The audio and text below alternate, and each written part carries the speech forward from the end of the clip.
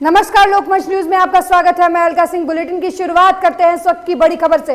इस वक्त की बड़ी खबर लखनऊ से है, जहां सीएम योगी ने कैंसर अस्पताल का जायजा लिया है। आपको बता दें कि अधिकारियों से इस दौरान सीएम ने व्यवस्थाओं का जायजा भी लिया। आपको बता दें कि कैंसर अस्पताल में कोरोना मरीज अब भर्ती हो सकेंगे। बड़ी जानकारी आपको लखनऊ से दे रहे हैं, जहाँ सीएम योगी ने कैंसर अस्पताल का जायजा लिया है।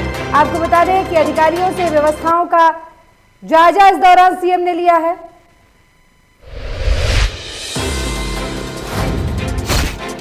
बड़ी जानकारी इस वक्त की हम लखनऊ से दे रहे हैं आपको, जहां सीएम योगी ने कैंसर अस्पताल का जायजा लिया है। आपको बता दें कि सीएम ने इस दौरान अधिकारियों से व्यवस्थाओं का जायजा भी लिया है। वहीं कैंसर अस्पताल में कोरोना मरीज अब भर्ती हो सकेंगे। बड़ी जानकारी इस वक्त की हम आपको लखनऊ से दे रहे हैं, जहां कैबिनेट की बैठक के साथ सीएम योगी ने कैंसर अस्पताल का जायजा लिया है। बड़ी जानकारी इस वक्त की आपको लखनऊ से दे रहे हैं, जहां कैंसर अस्पताल का सीएम ने जायजा लिया है और अधिकारियों से व्यवस्था के बारे में भी जानकारी ली है। आपको बता दें कि कैंसर अस्पताल में कोरोना मरीजों को भर्ती किया जाएगा। बड़ी जानकारी आपको लखनऊ से दे रहे हैं, जहां सीएम योगी आदित्यनाथ लगातार अस्पतालों का दौरा कर रहे हैं। अब सीएम योगी आदित्यनाथ ने कैंसर अस्पताल का दौरा किया है और वहां की व्यवस्थाओं का अधिकारियों से जायजा लिया है। बताया जा रहा है कि कैंसर अस्पताल में अब मरीज भर्ती होंगे कोरोना के।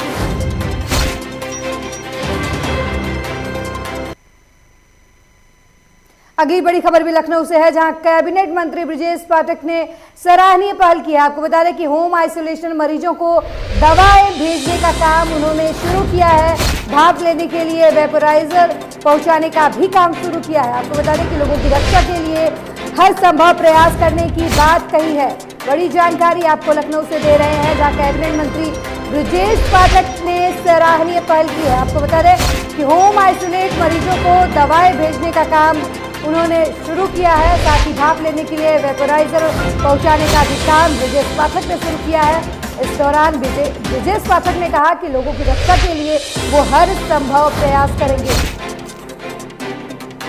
बड़ी जानकारी आपको लखनऊ से दे रहे हैं, जहां कैबिनेट मंत्री ब्रजेश पाठक ने सराहनीय पहल करते हुए होम आइसोलेशन में इलाज करा रहे मरीजों की दवा भेजनी शुरू की है। साथ ही वेपोराइजर मशीन भी भाप लेने के लिए दे रहा है। इस दौरान ब्रजेश पाठक ने कहा कि वो हर संभव लोगों की मदद करने की कोशिश करेंगे।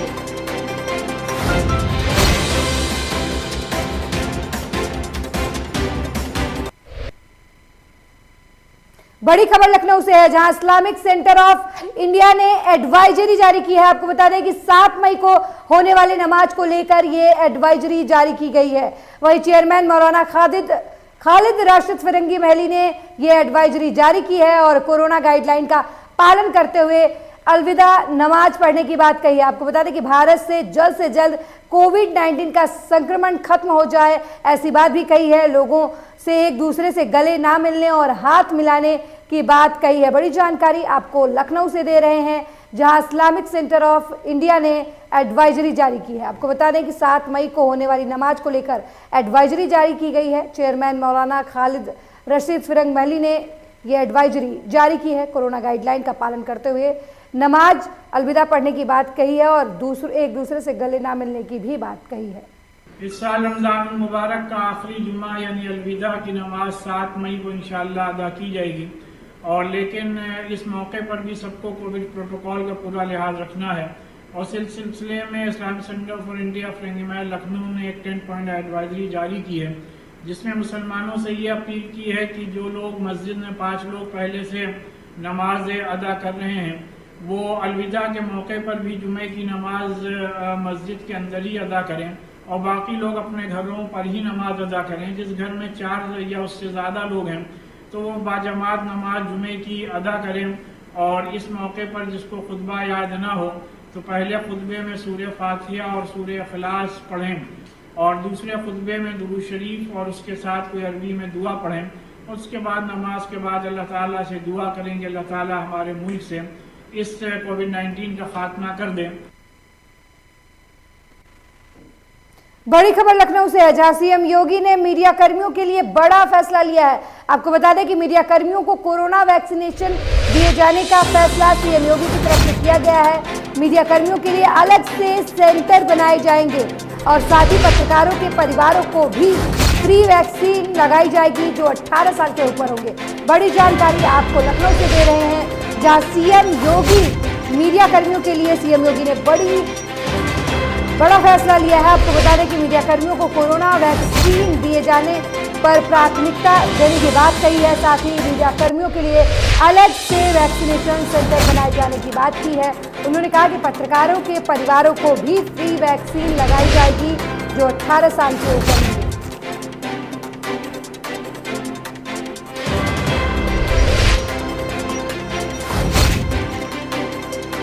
बड़ी जानकारी आपको लखनऊ से दे रहे हैं, जहां सीएम योगी आदित्यनाथ ने पत्रकारों के लिए बड़ा फैसला लिया है। सीएम योगी आदित्यनाथ ने पत्रकारों को फ्री वैक्सीन लगाने की बात कही है। साथ ही कहा है कि पत्रकारों के परिजनों को भी वैक्सीन फ्री में लगाई जाएगी। बड़ी जानकारी लखनऊ से दे रहे हैं, जहां पत्रकारों के लिए सीएम योगी की तरफ से बड़ा फैसला लिया गया है। सीएम की तरफ से कहा गया है कि अब पत्रकारों को भी फ्री वैक्सीन लगाई जाएगी और इसके लिए अलग से सेंटर बनाया जाएगा।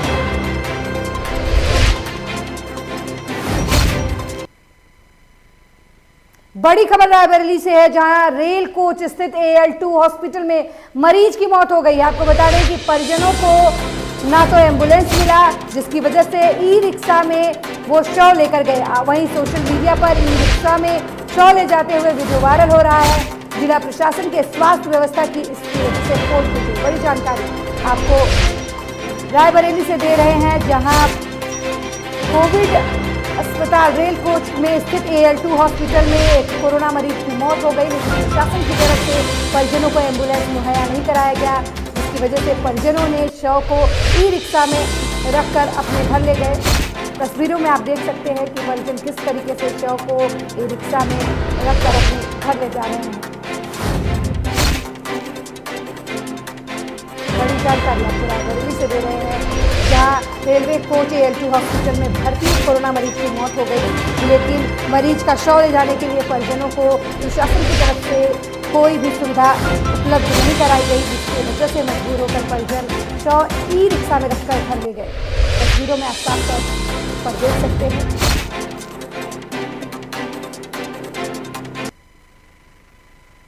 अगली खबर सिद्धार्थनगर से है, जहां कोविड अस्पताल में 4 लोगों की मौत का वीडियो वायरल हो रहा है। आपको बता दें कि ऑक्सीजन की कमी की वजह से मरीजों की मौत हुई है। वहीं स्वास्थ्य मंत्री के गृह जिला कोविड L1 हॉस्पिटल का ये मामला बताया जा रहा है। मृतक के परिजनों ने वीडियो बनाकर सोशल मीडिया पर वायरल कर दिया।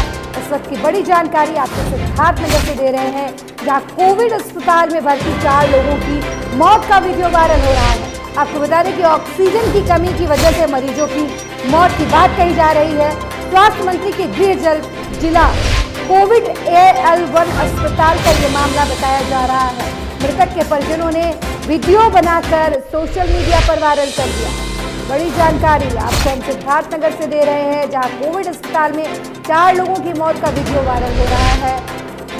बताया जा रहा है कि मरीजों की मौत ऑक्सीजन की कमी से हुई है। बता दें कि स्वास्थ्य मंत्री के गृह जनपद का ये मामला है।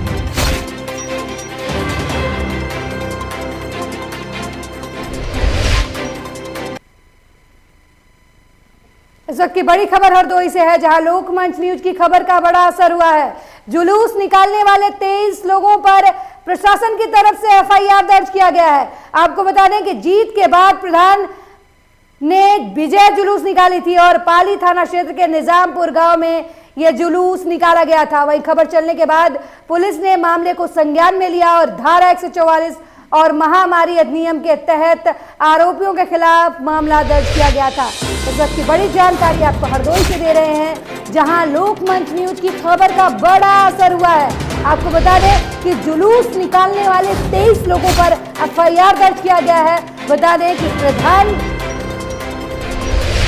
प्रत्याशी चुनाव जीतने के बाद विजय जुलूस निकाल रहा था, जिसका वीडियो बनाकर सोशल मीडिया ने इस खबर को प्रमुखता से दिखाया था और इस मामले में अब पुलिस ने कार्रवाई करते हुए धारा 144 और महामारी अधिनियम के तहत मामला दर्ज किया और कई लोगों को गिरफ्तार किया है।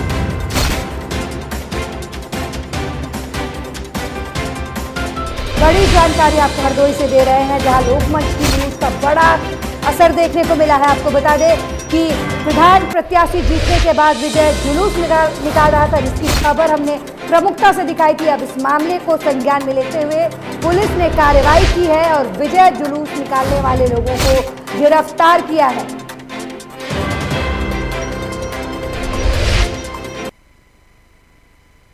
जहां कोरोना महामारी के बढ़ते मामलों को देखते हुए प्रशासन किसी भी वक्त लॉकडाउन के आदेश जारी कर सकता है, जिसको लेकर घाटों पर पूजा पाठ करने वाले पुजारियों के मन में डर है, क्योंकि उनका गुजारा घाट पर पूजा पाठ से ही होता है। आपको बता दें कि वाराणसी में अगर ऐसे में प्रशासन लॉकडाउन लगा देता है तो उनके लिए गुजारा करना मुश्किल हो सकता है। कहा जाए कोरोना महामारी से समस्या तो बहुत ज़्यादा हो रही है, लोगों को घर चलाने में दिक्कत, खाने पीने की सबसे ज़्यादा समस्या हो रही है, क्योंकि जब आय ही नहीं होगी तो लोग कहाँ से खाएंगे, क्योंकि इन लोगों का रोज़ कुआं खोदना पानी पीने वाला काम है। कार्य बंद पड़े हुए हैं, सब लॉकडाउन जैसी स्थिति बनी हुई है। या तो संपूर्ण लॉकडाउन लग जाए या फिर स्थिति ऐसी रहे कि सब कोई अपना कार्य निरंतर कर सके। अब तो ऐसा लग रहा है जैसे कोई ख़त्म हो गया हो तो एकदम कोई अप्रिय घटना घट गई हो तो शांति छाई, वो माहौल बना हुआ है। कोरोना महामारी के चलते तो घाटों की स्थिति एकदम पूरे अस्त व्यस्त है और गंगा किनारे सारे काम ठप चल रहे हैं। जो लोग मरा हुआ अस्थि लेके आ रहे हैं वही अस्थि कर्म ही चल रहा है, उसके अलावा सब कार्य को स्थगित किया गया है। स्थिति तो सभी व्यापार मंडल को देखते हुए गंगा किनारे की भी वही स्थितियाँ चल रही हैं जो मंगलवार बुधवार और यथा स्थानों का जो जिसका जो जजमान आ जा रहा है वो अपना सक्षम रूप से छोटा कार्य को करा के उनको विदा कर रहा है। बड़ी खबर बाराबंकी से है, जहां मानवता को शर्मसार कर देने वाली घटना सामने आई है। आपको बता दें कि बच्चा पैदा होते ही उसे झाड़ियों में फेंक दिया गया। अमरून फैक्ट्री के पास एक नवजात बच्चा मिला है।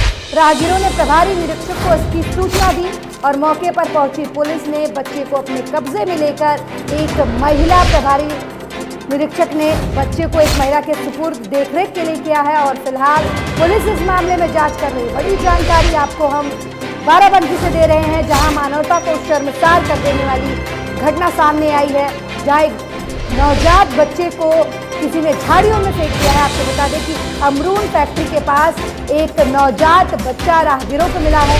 इस घटना की जानकारी राहगीरों ने प्रभारी निरीक्षक को दी। वही सूचना पाकर मौके पर पहुंचे प्रभारी निरीक्षक ने बच्चे की देखरेख के लिए एक महिला को सुपुर्द कर दिया है। आपको बता दें कि मामले की छानबीन पुलिस कर रही है। तस्वीरों में आप साफ तौर पर देख सकते हैं कि बच्चा किस तरीके से सड़क पर पड़ा हुआ है। किसी ने नवजात बच्चे को सड़क पर लाकर छोड़ दिया, जिसे राहगीरों ने पाया और उसे पुलिस के सुपुर्द किया।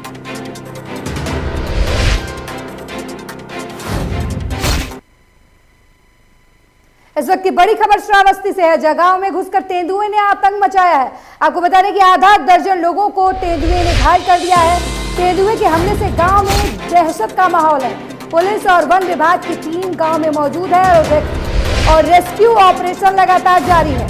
सिरसिया थाना क्षेत्र के महासेमरा गांव की घटना बताई जा रही है। बड़ी जानकारी आपको श्रावस्ती से दे रहे हैं, जहां गांव में तेंदुआ घुस गया और 12 लोगों को घायल कर दिया। आपको बता दें कि तेंदुए के हमले से गांव में हड़कंप मचा हुआ है। फिलहाल पुलिस और वन विभाग की टीम गांव में मौजूद है और रेस्क्यू ऑपरेशन लगातार चलाया जा रहा है। आपको बता दें कि सिरसिया थाना क्षेत्र के महासेमरा गांव की घटना बताई जा रही है।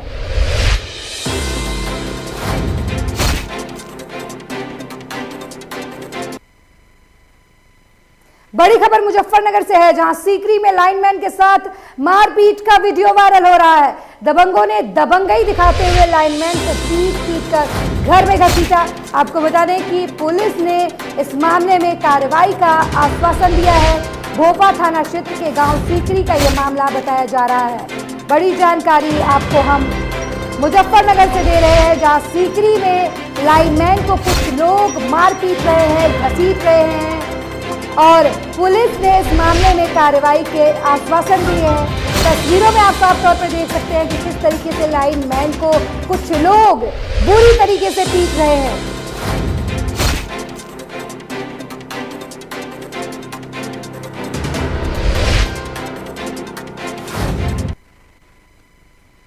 अगली बड़ी खबर भी मुजफ्फरनगर से है, जहां तमंचे के साथ सोशल मीडिया पर युवक का वीडियो वायरल हो रहा है। आपको बता दें कि गांव में खौफ और दबंगई दिखाने को लेकर यह वीडियो बनाया गया है। गांव के एक व्यक्ति ने युवक के खिलाफ थाने में तहरीर दी है। आपको बता दें वीडियो बनाने वाला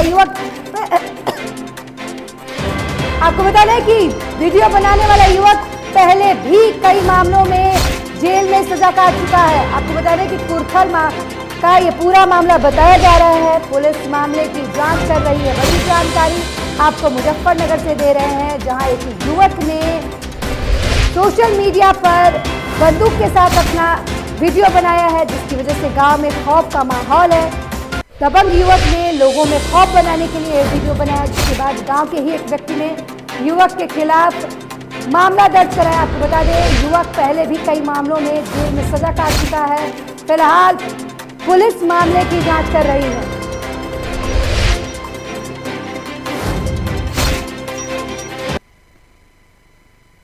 उत्तराखंड में कोरोना संक्रमितों की संख्या तेजी के साथ बढ़ रही है।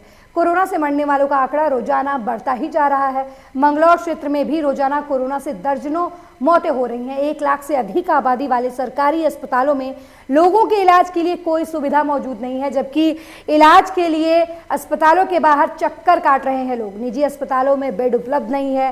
सभी मरीजों को ऑक्सीजन की ज़रूरत है महसूस हो रही है, लेकिन सरकारी अस्पतालों में कोई सुविधा मौजूद नहीं है। सरकार भले ही लाख दावे करती हो, लेकिन धरातल पर सब कुछ फेल नजर आ रहा है। एंटीजन किट हमारे पास कल आ गई थी, 1-2 दिन के लिए बीच में थोड़ा खत्म हुई थी। अभी टेस्ट हम दोबारा शुरू कर दिए है। रैपिड एंटीजन टेस्ट यहाँ आराम से हो रहा है। रही बात कोविड पेशेंट्स की, तो इमरजेंसी में हमारे पास 2 बेड ही हैं, वहाँ पर हम उनको इमरजेंसी में ट्रीट कर रहे हैं। बाकी जो एसिम्प्टोमेटिक पेशेंट है, कम जिनको संक्रमित लग रहा है, उनको हम आइसोलेशन किट देके होम आइसोलेट कर रहे हैं। ऑक्सीजन की क्या सुविधा है? ऑक्सीजन सिलेंडर्स हमारे पास यहाँ पर 13-14 ऑक्सीजन सिलेंडर्स हैं, जो अभी हमने परसों सारे रिफिल करवा दिए थे, और ऑक्सीजन कंसंट्रेटर की भी यहाँ सुविधा।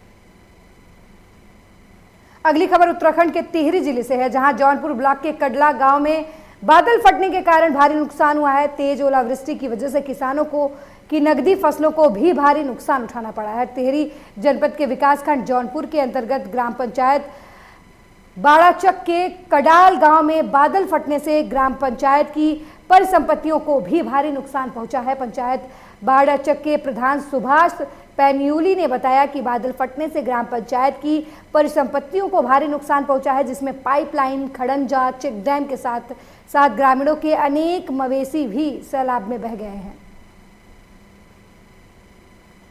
आज हमारी ग्राम पंचायत में बादल फटने के कारण जो है ग्राम पंचायत की परिसंपत्ति एवं काश्तकारों को बहुत भारी नुकसान हुआ है। और यहाँ पर कुछ गाड़ियाँ मलबे में दबी हैं, कुछ 4 व्हीलर थे, कुछ 2 व्हीलर थे, और यहाँ इन सब चीज़ों का भारी नुकसान हुआ है। नगर निगम रुड़की स्वच्छता के मामले में कई बार प्रदेश में नंबर 1 आ चुका हो, लेकिन शहर में स्वच्छता की असली हकीकत इस्लाम नगर में दिखाई देती है। यहाँ के लोग पिछले काफ़ी लंबे समय से जलभराव की समस्या का सामना कर रहे हैं। अभी बरसात का मौसम भी नहीं है, लेकिन फिर भी यहाँ की गलियों में आधा फीट पानी भरा हुआ है। इससे ये अंदाज़ा लगाया जा सकता है कि बरसात के दिनों में यहाँ की तस्वीर कैसी रही होगी। स्थानीय निवासियों का आरोप है कि यहाँ पिछले 6 महीनों से लगातार जलभराव की समस्या बनी हुई है, जिसकी वजह से लोगों को काफ़ी परेशानियों का सामना करना पड़ता है। उनका आरोप है कि क्षेत्र में लगातार कोरोना के मामले सामने आ रहे हैं और इस जलभराव के कारण लोग कई तरीके की बीमारियों से जूझ रहे हैं, लेकिन समस्या का कोई समाधान नहीं हो रहा। उनका आरोप है कि वो कई बार नगर निगम के अधिकारियों से इस जलभराव की शिकायत कर चुके हैं, लेकिन कोई कार्रवाई नहीं की गई है अभी तक। बनी तब भी हमने कहा कि यहाँ से आगे तक की करवा दो, कि नहीं आगे तक का हुक्म नहीं है। जब से हम परेशान हो, पूरी सर्दी हो गई और पूरी बरसात हो गई, ये पानी नहीं बंद हुआ और कोई देखने में तैयार नहीं है। इन लोगों को कुछ लोगों को कह दिया कि ये पानी निकल कर चले जा, लेकिन नमाजी आदमी भी बहुत परेशान है। यहाँ से चिंटे लगेंगी, कहीं कुछ होगा, और बच्चे भी गंद में पड़ कर बीमार हो गए। हमारे बच्चे गंद में पड़ कर बीमार हो गए। बहुत से तो यहाँ तक की हो गया कि कोरोना फैल रहा है। हाँ जी, लापरवाही हो रही है इनकी। अब हमने बहुत कह लिया। हमारा तो ये है घर, हम तो बिल्कुल इसमें ही रह रहे घर में। तुम तो वो कहीं के भी होंगे। इस इस्लाम नगर मोहल्ला है और 6 महीने से ज़्यादा हो गया इस पानी को। और यहाँ पे इस कदर कोरोना महामारी का भी हालत बहुत ख़राब है और उससे ज़्यादा बुखार वगैरह बहुत ज़्यादा चल रहा है इस गंदगी की वजह से। रात दिन ये पानी भरा, कहीं इसकी निकासी नहीं है और इसको कोई देखने वाला नहीं है। अच्छा जी, और बहुत बुरा हाल है और यहाँ पे महामारी का हालत बहुत ज़्यादा ख़राब होने जा रही है। नहीं, बिल्कुल नहीं आते, किसी ने आज तक आकर नहीं देखा और बहुत बार मोहल्ले वाले जाके कह भी आए और बहुत बार कह भी चुके, मगर कोई देखने वाला नहीं है नगर निगम से। खबर चमोली से है, जहां कर्णप्रयाग के पुलिस क्षेत्राधिकारी विमल प्रसाद और तहसीलदार सोहन सिंह रागड़ के नेतृत्व में कर्णप्रयाग पुलिस और प्रशासन ने कर्णप्रयाग नगर में कोरोना को लेकर जन जागरूकता रैली निकाली है और इस अवसर पर उन्होंने लोगों को मास्क भी बांटे हैं। क्षेत्राधिकारी विमल प्रसाद ने इस मौके पर बताया कि लाउड स्पीकर से कोविड संक्रमण के बारे में लोगों को जानकारी दी जा रही है, साथ ही लोगों से सोशल डिस्टेंसिंग का पालन करने की अपील की जा रही है और वो खुद दूसरों की सुरक्षा करने के लिए बार बार अपील कर रहे हैं और मास्क को अनिवार्य रूप से पहनने को लेकर लोगों में जागरूकता अभियान चला रहे हैं। आपको बता दें कि चमोली में लगातार कोरोना के मामले बढ़ रहे हैं, वहीं इस मामले में पुलिस प्रशासन पूरी तरीके से मुस्तैद है। पुलिस प्रशासन की तरफ से कोरोना संक्रमण को लेकर लोगों को जागरूक किया जा रहा है। लाउड स्पीकर के जरिए लोगों से सोशल डिस्टेंसिंग का पालन करने के लिए, अनिवार्य रूप से मास्क लगाने के लिए लगातार अपील की जा रही है। आपको बता दें, पुलिस अधिकारी खुद जगह जगह पर जाकर लोगों को कोरोना के प्रति जागरूक कर रहे हैं, लोगों से सोशल डिस्टेंसिंग की बनाए रखने की अपील कर रहे हैं। ये कोविड महामारी के दृष्टि पर रखते हुए आम जनता को जागरूक करने गई है, ताकि आम जनता को जो कोविड से संबंधित गाइडलाइंस है उसके बारे में और जनता आम जनता उसका पालन करे।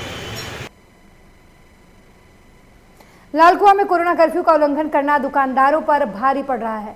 निर्धारित अवधि के बाद भी दुकान खोलने पर पुलिस ने 4 दुकानदारों के चालान काटे। प्रशासन ने कोरोना कर्फ्यू के दौरान आवश्यक वस्तुओं से जुड़ी दुकानों को ही 12 बजे तक खोलने की अनुमति दी है। सोमवार को दूसरे व्यापारियों ने भी अपनी अपनी दुकानें खोल ली। दुकान खोलने की जानकारी मिलते ही मौके पर पुलिस पहुंची और 4 दुकानदारों का चालान काटा और कोविड नियमों का उल्लंघन करने पर अलग अलग धाराओं में मामला भी दर्ज किया। कोतवाल संजय कुमार ने बताया कि जारी सरकारी नियमों का अनुपालन कराने के लिए पुलिस की तरफ से नगर में चेकिंग अभियान चलाया जा रहा है और जो भी नियम तोड़ता पाया जाता है उसके खिलाफ दंडात्मक कार्रवाई की जा रही है। जैसे कि लॉकडाउन के दौरान जो मैसेज है या जिस तरह के आदेश हैं कि सिर्फ आवश्यक सेवाओं से संबंधित दुकानें खुलेगी, वो बाजार में लगातार उसकी मॉनिटरिंग की जा रही है, उसकी चेकिंग की जा रही है। उसके अलावा जो अगर तो कोई दुकान खुल रही है, अब तक तो उसको समझाने का प्रयास किया गया था, लेकिन आज हमने कुछ मुकदमे लिखे हैं। आज और आज के बाद अगर कोई आवश्यक सेवा के अलावा कोई दुकानें खोलेंगी तो उनके खिलाफ सीधे अभियोग पंजीकृत करने का कार्रवाई। आज इन दुकानदारों के खिलाफ मुकदमे पंजीकृत किए हैं और भविष्य में इनको सबको आज मैसेज भी कर दिया। और उसके अलावा अगर ये नहीं मानेंगे तो भविष्य में इस तरह की दोहराई जाएगी गलती तो उसके खिलाफ प्रॉपर मुकदमा पंजीकृत किया जाएगा। वहीं लक्सर के छोटे से गांव कुढ़ी भगवानपुर के युवक गोपाल कुढ़ीवाल कोरोना संकट के समय युवाओं के लिए मिसाल बनकर उभरे हैं। गोपाल प्रत्यक्ष युवा कल्याण ट्रस्ट नामक एनजीओ चलाते हैं।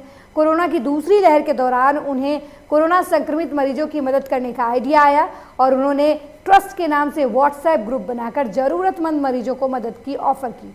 इसके बाद उनके पास कभी ऑक्सीजन सिलेंडर के लिए तो कभी रेमडेसिविर इंजेक्शन मुहैया कराने के लिए कॉल आने लगे। गोपाल और उनकी टीम के सदस्यों ने हरिद्वार, रुड़की, जौलीग्रांट के अलावा यूपी के मेरठ, मुजफ्फरनगर, बिजनौर, गाजियाबाद, नोएडा और हरियाणा के फरीदाबाद तक 40 से भी ज़्यादा मरीजों को सिलेंडर और रेमडेसिविर इंजेक्शन उपलब्ध कराया है।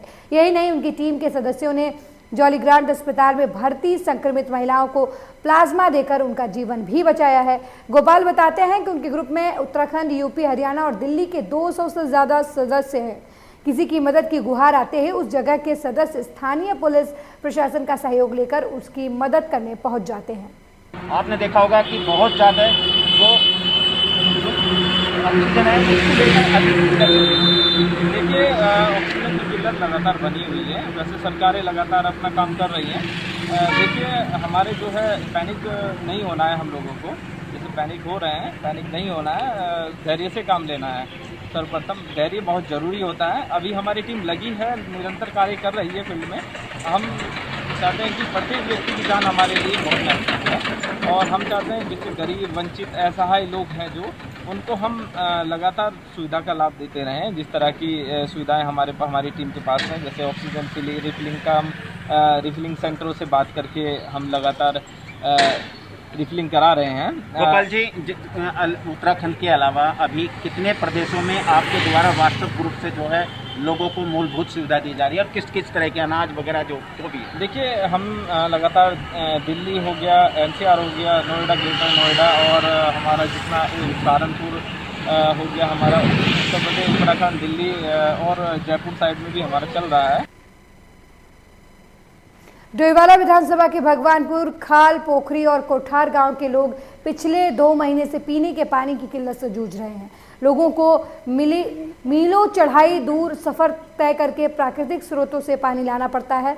अपने लिए पानी की व्यवस्था के साथ साथ मवेशियों के लिए व्यवस्था करना गर्मियों के दिनों में इन लोगों के लिए कठिन हो चुका है। आज से 2 महीने पहले ग्रामीणों ने व्यवस्था दुरुस्त करने के लिए उप जिलाधिकारी को ज्ञापन भी दिया था, लेकिन 2 महीने बीत जाने के बाद भी व्यवस्था दुरुस्त होने की वजह जस की तस पड़ी हुई है।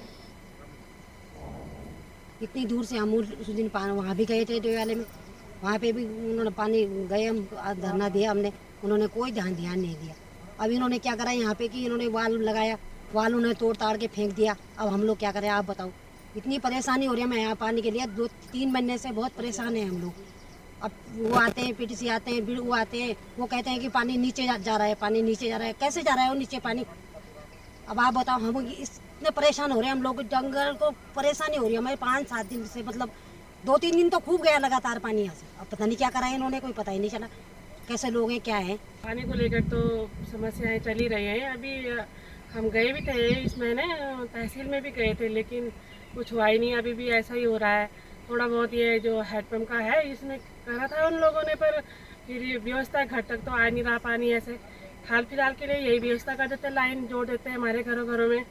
हम पानी के लिए बहुत परेशान हैं। अब क्या करें, हम कुछ बोल नहीं सकते, बोले तो क्या बोले। अभी नहीं, 2-3 किलोमीटर दूर है और रास्ता भी थोड़ा वैसे ही है, विकट है। छोटे छोटे बच्चे हैं, कैसे जाएँ हम पानी के लिए? ऐसा नहीं कि आप हाल देखो, पानी तो बोल दिया उन्होंने, जोड़ दिया और पानी आ गया। पानी की व्यवस्था देखो, यहाँ से सुबह से कितने बर्तन, आज थोड़ा लेट हो गए, वहाँ बर्तन ला के हाथों में अब दर्द लग गया उन्हें। ये तो कह रहे हैं व्यवस्था कर दी इन्होंने, वाल एक ही जगह में लगा दिया, नीचे वाले नीचे घुमा रहे हैं, ऊपर वाले ऊपर घुमा रहे हैं, अब वो तोड़ ही दिया आज। अब ना तो किसी के घर में जा रहा है, अब यहीं से भर के बाल्टी में भर के ले आ रहे हैं। व्यवस्था कर दी, बढ़िया हो गया, ये हो गया, वो हो गया। 1.5 वैसे तो 5-6 महीने हो गए, पर 2 महीने से ऐसे मान लो कम से कम की। जिस तरीके से कोरोना का कहर लगातार बढ़ता जा रहा है, वहीं कोरोना की मृत्यु दर भी बढ़ती जा रही है।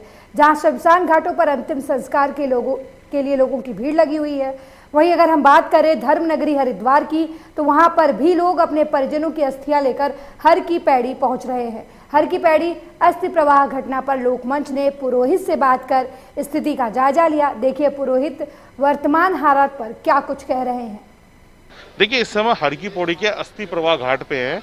जिस तरीके से कोरोना की जो मृत्यु दर है इंडिया के अंदर बढ़ती नजर आ रही है, उसका ग्राफ बढ़ गया है। तो आज हम ये देख रहे थे कि हर की पौड़ी स्थल पे जहाँ अस्थि प्रवाह, जो देश के कोने कोने से लोग यहाँ पर आते हैं, उनका जो नंबर है, उनकी जो संख्या बढ़ी है नहीं है। हमारे साथ पुरोहित हैं, सचिन जी हैं, बात करते हैं उनसे। सचिन जी, जिस तरीके से देश के अंदर कोरोना से जो मृत्यु दर बढ़ी है, तो हरिद्वार में उसका क्या प्रभाव नजर आया, ये थोड़ा सा बताएं आप। देखिए, सब प्रांतों से यहाँ हरिद्वार में अस्थि प्रवाह के लिए लोग दूर दूर से आते हैं। राजस्थान, गुजरात, यूपी, हरियाणा, हर इलाका यहाँ पे आता है। तो जो पास के इलाके हैं वहाँ से अस्थियाँ यहाँ भी आ रही हैं। ज़्यादा दूर की तो अस्थियाँ इधर नहीं आ रही, लेकिन पहले के अपेक्षा अब अस्थियों का विसर्जन यहाँ बढ़ा हुआ है। ऐसे गवर्नमेंट की गाइडलाइन है कि अस्थि विसर्जन के लिए 5 ही लोग आ सकते हैं। तो हमारे पास जैसे जजमान का कोई संपर्क आता है, तो हम भी जजमान को यही कहते हैं कि कम से कम लोग यहाँ आएँ और कोरोना की गाइडलाइन का पालन करें, अपने परिवार को और अपने को सुरक्षित रखें। तो जिस तरीके से कुंभ गुजरा है और जिस तरीके से मृत्यु दर बढ़ी है, आसपास भी बहुत ज़्यादा बढ़ी है, शमशान घाटों के अंदर भी बहुत लाइन लग रही है, लंबी लंबी लाइनें लगी हुई है, तो कहीं कोई अव्यवस्थाएं हैं या कुछ दिक्कतें भी इस तरह की आपको फेस करनी पड़ रही है संख्या बढ़ने से? नहीं, हरिद्वार में तो सिर्फ जो कोरोना की जो गाइडलाइन है उसके अनुसार सब काम बिल्कुल सही चल रहा है और अस्थि विसर्जन के लिए भी जो समय निर्धारित है प्रशासन के द्वारा उसी समय के अनुसार यहाँ कार्य कराया जा रहा है और यात्रियों को रुकने के लिए यहाँ पे हम लोग बिल्कुल मना कर रहे हैं कि आप सिर्फ आए, और जो लोग यहाँ पे 3 दिन का कार्य करते थे रुक कर, हम उनको यही गाइड कर रहे हैं कि सिर्फ 1 दिन में ही वो कार्य अपना संपन्न करा अपने घर वापस जाए। तो देखिए, ये पुरोहित थे हमारे साथ सचिन जी थे जो बता रहे थे कि किस तरीके से जो लोग हैं, जिस तरीके से मृत्यु दर बढ़ी है उस हिसाब से यहाँ पर जो संख्या है लोगों की, जो फूल जो चढ़ाने गंगा के चरणों में आते थे उनकी संख्या भी बढ़ी है यहाँ पर। और इन्होंने अपने जो जजमान है उनको ये भी कहा है कि तुरंत आप आइए और तुरंत यहाँ से लौट जाइए और कोरोना की गाइडलाइन का पालन करिए। तो देखना ये होगा कि आगे किस तरह की स्थिति यहाँ नजर और आएगी। कैमरा पर्सन के साथ मैं मनीष कागरान, लोकमत न्यूज, हरिद्वार। इस बुलेटिन में मेरे साथ फिलहाल इतना ही। देश दुनिया की तमाम खबरों के लिए देखते रहिए लोकमंच न्यूज। नमस्कार।